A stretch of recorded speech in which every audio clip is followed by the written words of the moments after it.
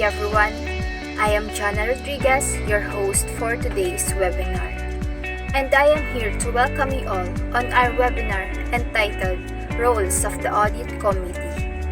To start our day, may I invite everyone to sing our nationalistic song followed by our prayer.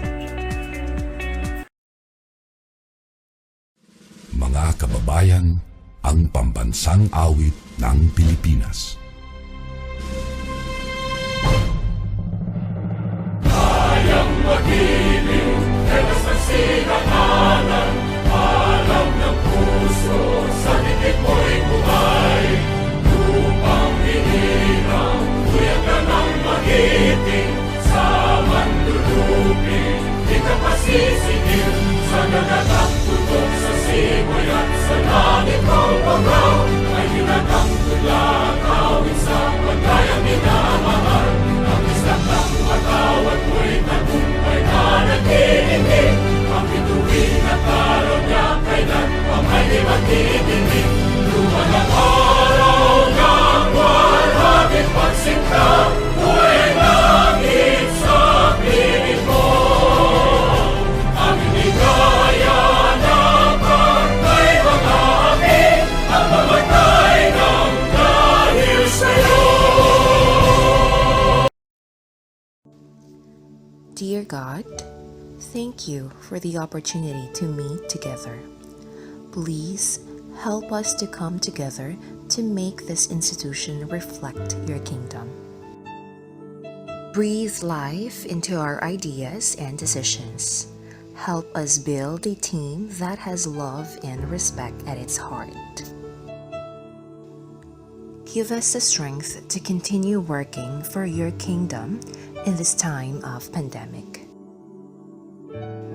Lord, come give us the inspiration to be the best we can be.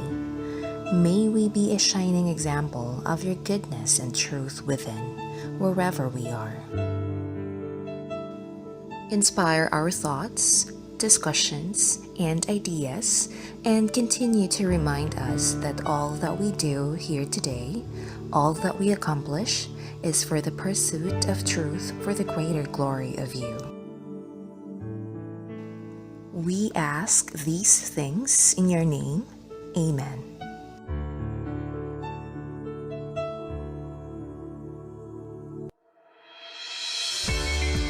And proceeding now to our next program, let me introduce to you our resource speakers. Ladies and gentlemen, please join me in welcoming our resource speakers. Now, let's have an overview about the roles of the Audit Committee. The Audit Committee is an essential component in the overall corporate governance system.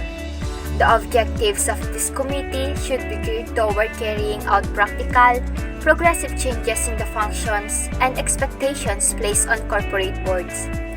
One of the fundamental principles of an effective audit committee is that committee members should be independent from the operational aspects of the company.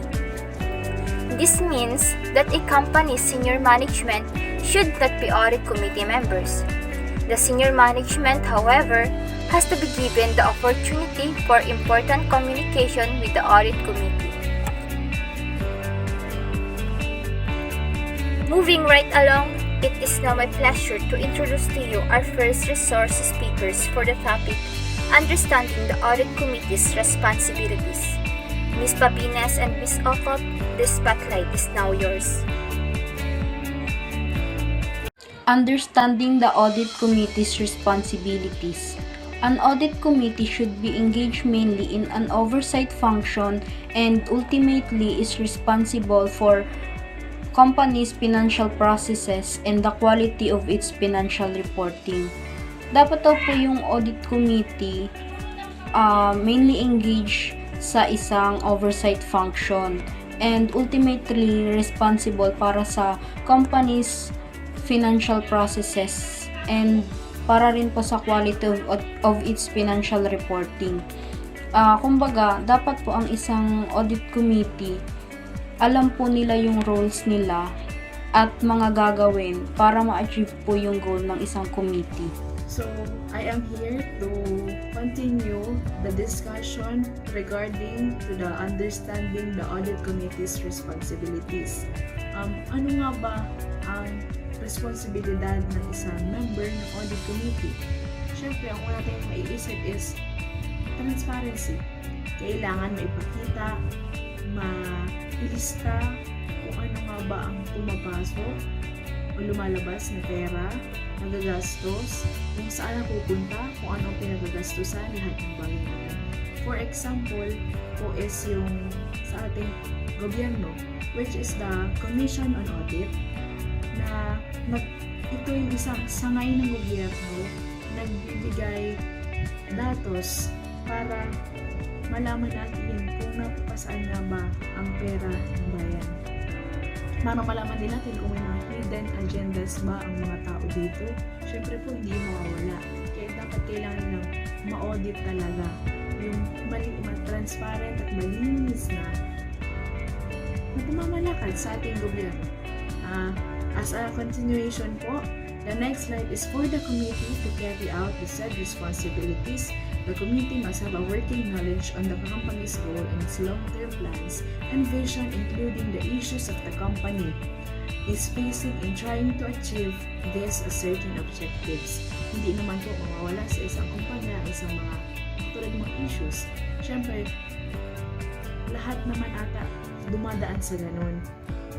Kaya dapat bilang member ng isang committee na yon, kailangan mayroon silang ideya kung ano nga ba ang nangyayari na sa kumpanya, kung ano ang positive and negative aspect na nangyayari sa kumpanya, kung na-achieve ba nila yung goal na gusto nila, especially mas maganda rin ang relasyon between employer and employee kasi maaaring magkaroon ng maapektuhan ang performance ng isang company, especially dun sa sales, kung hindi maayos ang relationship between the two.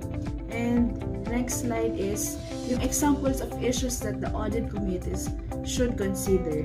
Number 1 is risk identification and response. Second, pressure to manage earnings. Third, internal controls and company growth. Ito yung mga issues na common na nagagawa ng isang company. Kaya mahalaga din na ma-check ng mga member ng audit committees yung performance ng company, kung kamusta pa ba, kung okay pa ba, kung patas pa ba ang pamamalakad ng isang kumpanya. Kaya dapat ang isang company kahit saan pa man, dapat mas maglaan sila ng mga tauhan regarding sa audit committees, lalo na kung may pinagagastusan ang mga tao ito. For the second topic titled Risk Identification and Response, let me introduce to you Ms. Panganiban and Ms. Placido. You can now start your discussion.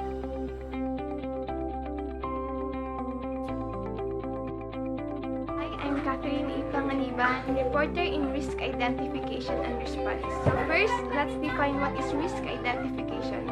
Risk identification is the process of determining risks that could potentially prevent the program enterprise from achieving its objective.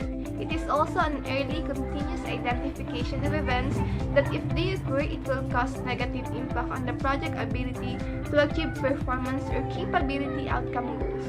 So, sa madaling salita, ang risk identification o pagtukoy sa maaring sanhi ng problema ng isang kumpanya ay sinasagawa upang maiwasan ang maaring panganib na magdulot ng pagkahadlang sa programa o negosyo ng isang kumpanya.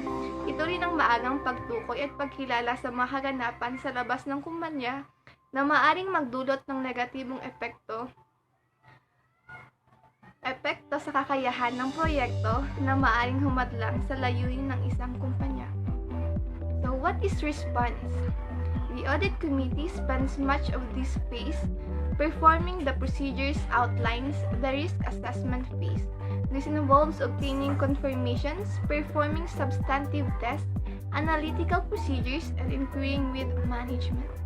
Kapag natukoy ng mga panganib, dito nag-response yung mga audit committee. Gumugugol sila sa bahagi ito ng mga paraan o mga nagsasagawa ng mga pamamaraan na pwede na maging solusyon doon sa risk. Kabilang dito yung pagkuha ng mga konfirmasyon ng pagsasagawa ng mga substantive test, analytic na paraan, mailatag ng maayos ang mga solusyon sa panganib.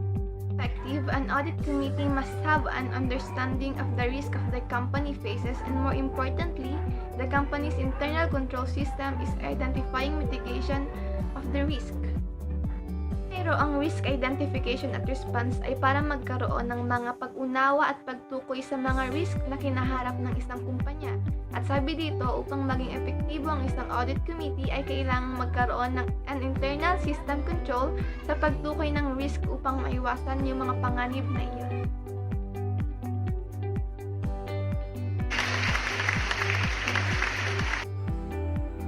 External risk independent is the next topic. Mr. Redota and Mr. Peñalosa will be our source speakers. The spotlight is now yours.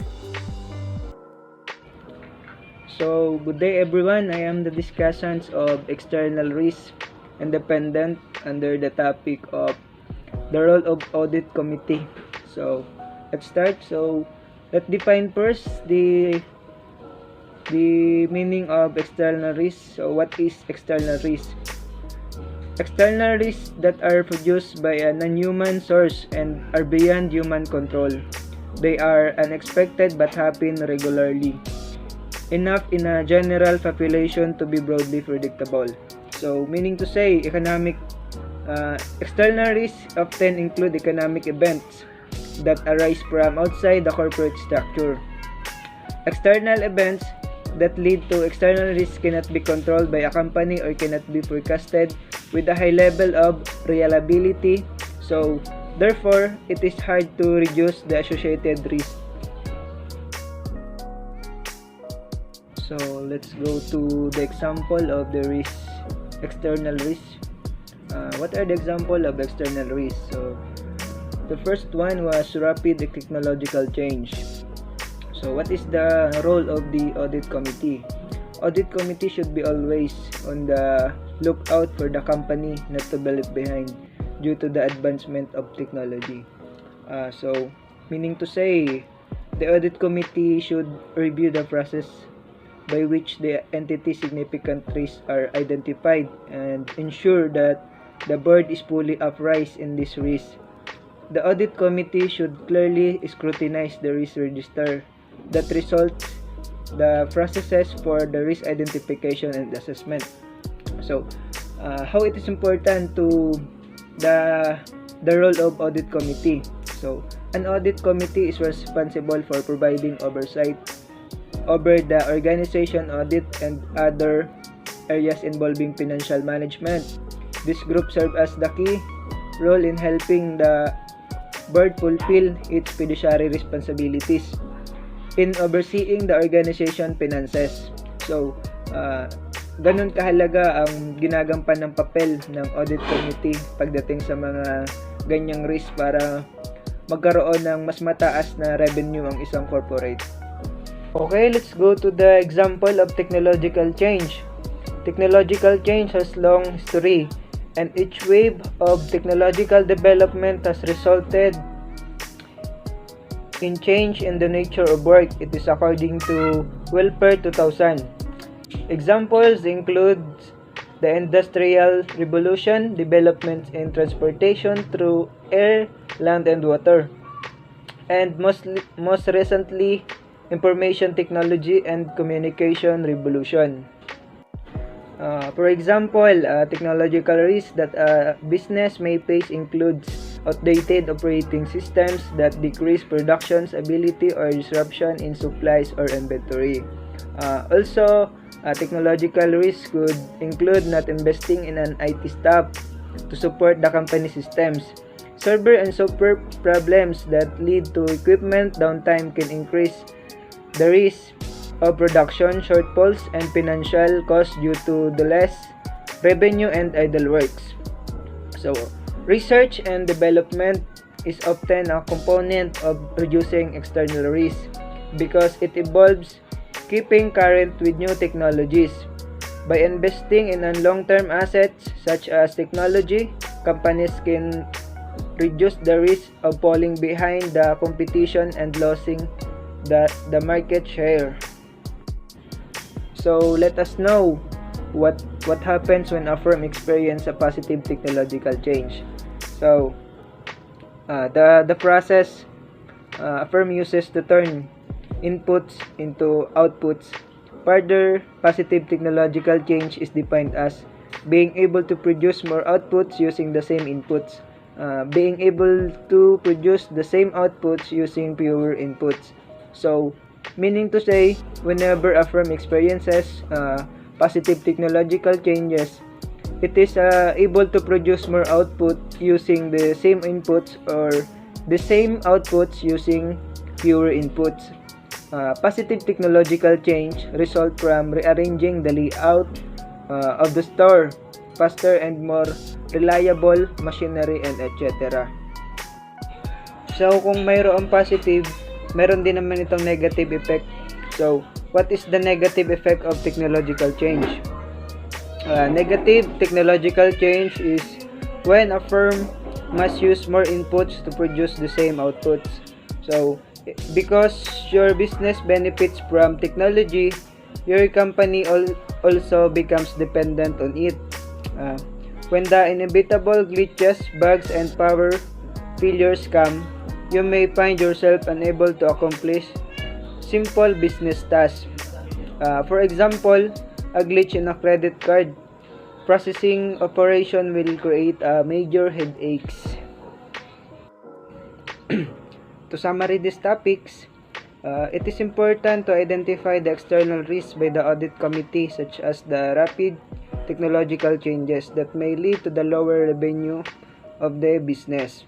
Not only does risk management allow a business to identify potential risks ahead of time, it also allows a business to react accordingly and minimize or even prevent losses.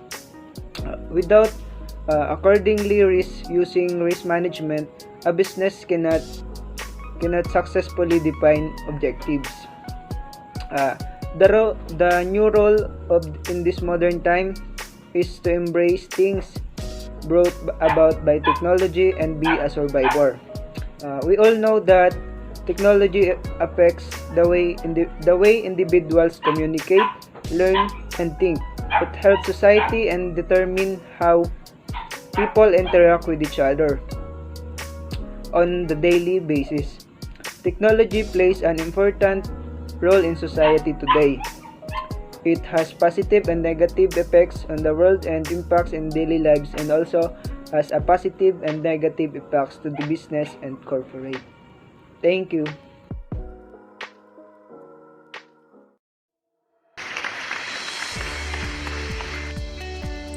For our fourth topic, Ms. Rivera and Ms. Rodriguez will be discussing operating or internal risk.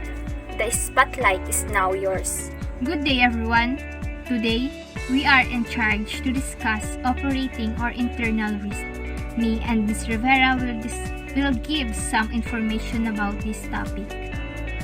Operational or internal risk. Operational or internal risk is defined as the risk of monetary losses as a result of faults and or errors in process, technology, or skills, or due to external factors. Operational risk may also include other risks such as fraud, legal, physical, and environmental risk. So, operational and internal risks are faced by the company from within its organization and arise during the normal operations. This risk can be forecasted with some reliability, and therefore a company has a good chance on reducing the operational or internal risk. There are three types of operational or internal risk factors are human factors, technological factors, and physical factors. First, human factor risk.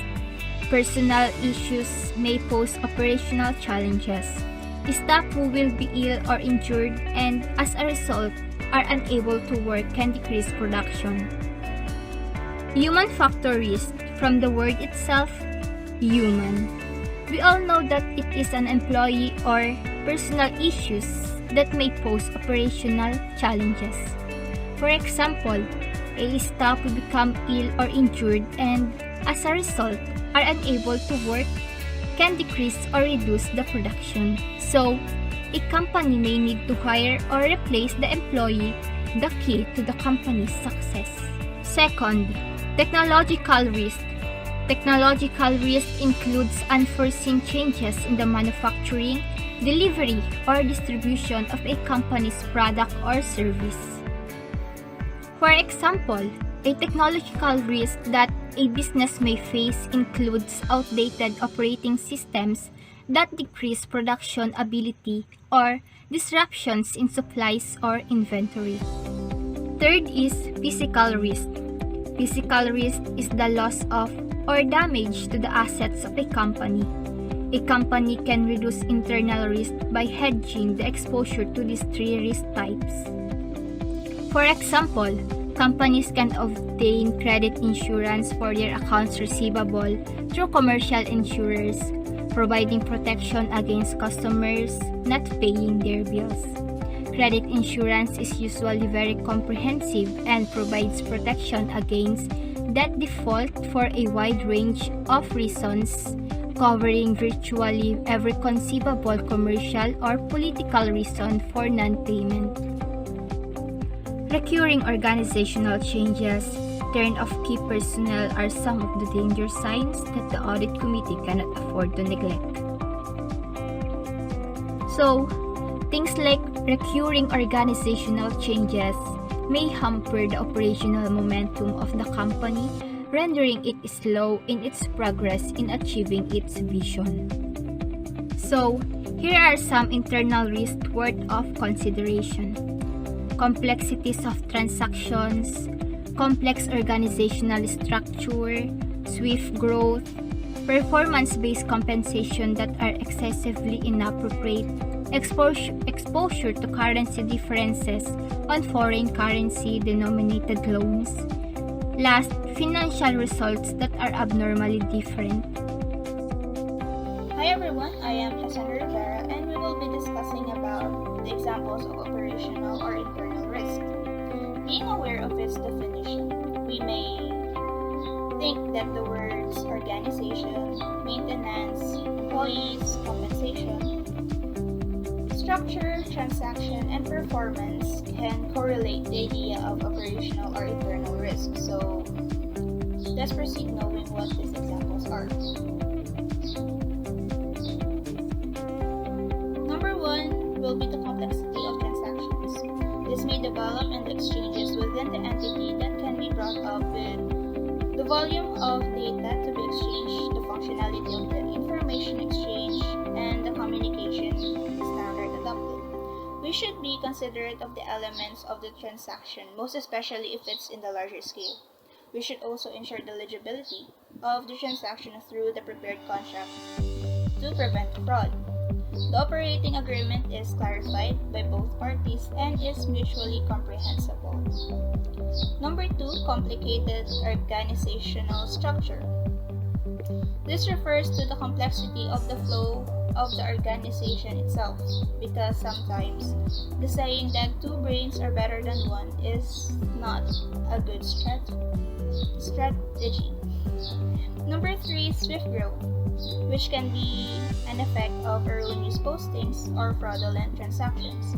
This risk is most common within an international transaction, most especially when there's negligence or delay in postings. Number four, performance-based compensation that are excessively inappropriate. This opposes the idea of the more one is compensated, the more they work hard. And this also may have an effect to the relationship of the employee and to the employee to the entity. Number five, exposure to currency differences on foreign currencies denominated loans.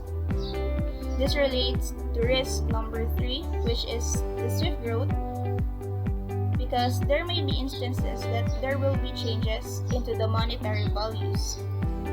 Number 6, financial results that are normally different from that of the industry. Number 6 also relates to risk number 5. Of course, because posting delays or incidental negligence may have an abnormal effect to the financial results than to other industries. So these are the examples of the risk. Now let me discuss about how to minimize this organizational or corporal risk. Number 1, insurance.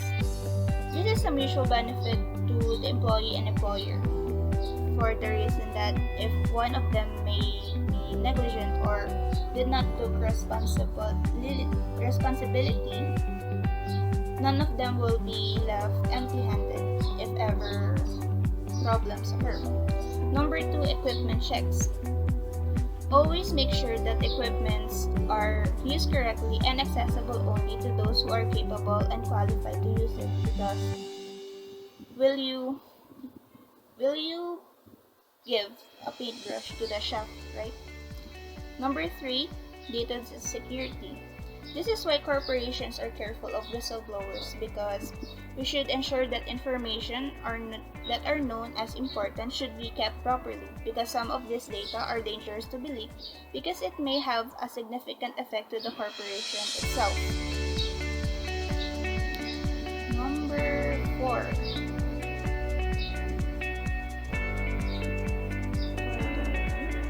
Number 4. Training for remote workers and freelancers. Always ensure that these workers have appropriate and enough training to be compliant in the important fields of work. Nagkakaroon ng ganitong instances kapag masyadong marami yung trabaho within the corporations and they need extra people. But just be sure to orient them well to avoid further problems. Number 5. Supplier compliance. Ensure the supplier is compliant in all relevant processes and procedures. Always be careful of choosing a supplier and be sure that the supplier can meet the demands of the corporations, because sometimes lack of supplies can be a grave danger to the corporation's productivity. Number 6 will be credit checks. Irresponsible and speculative lending. Pwede siya maging related sa swift growth.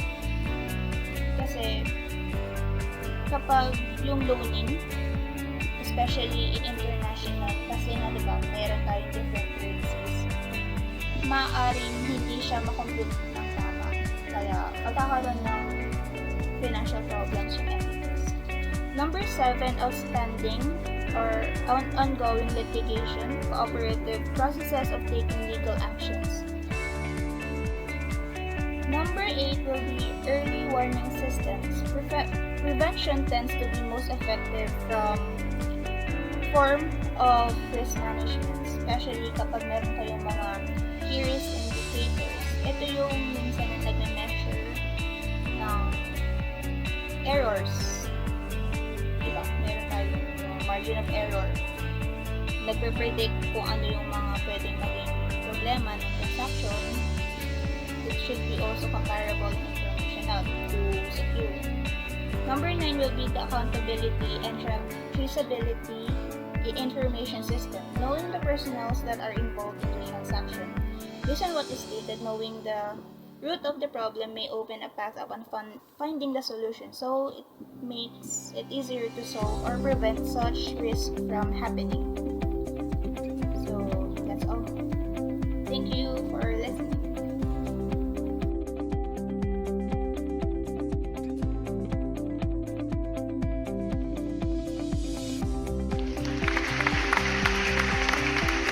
Our last topic will be information and control risk. That will be being discussed by Mr. Puso, but unfortunately he did not make it to discuss now due to some problems. So instead, we will presenting a video clip regarding on his topic. as an alternative presentation. I hope it is okay. Thank you for consideration.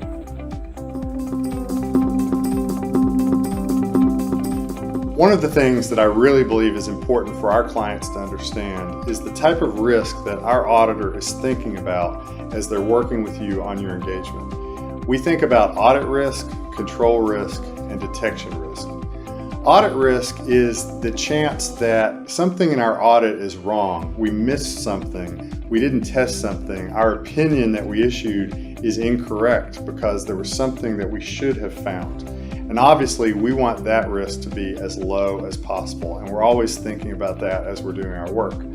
Control risk is the chance that the control that we're testing is not operating the way it's supposed to operate.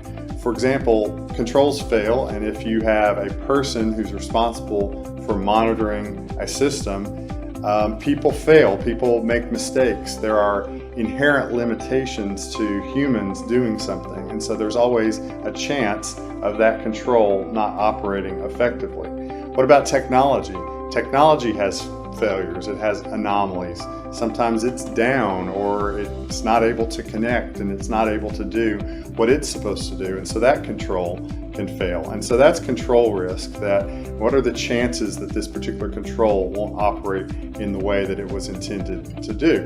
And so in order for us to address those levels of risk, we as auditors design tests in order to sample a good amount of systems to obtain reasonable assurance that these controls are operating effectively and that our audit opinion is going to be accurate and based on good results. And so we will perform more tests the higher the level of risk that the control might fail, and less tests depending on the lower level of risk that the control might fail. And so ultimately it's all about performing the audit correctly according to professional standards, because it is an opinion and a validation of your controls that your clients rely upon.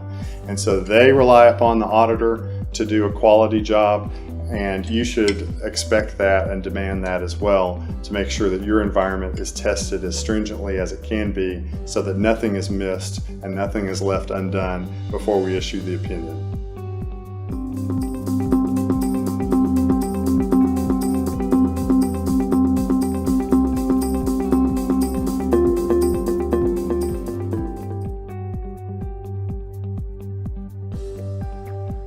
That's it for today, everyone. We appreciate you being here. We would like to acknowledge again the presence of our resource speakers, Ms. Pabines, Ms. Ocop, Ms. Panganiban, Mr. Peñalosa, Mr. Redota, and Ms. Rivera. We would also like to thank who made this webinar series possible. Thanks again for joining us today. I am Ms. Rodriguez, your host and resource speaker number 4. See you again next time, and God bless you all.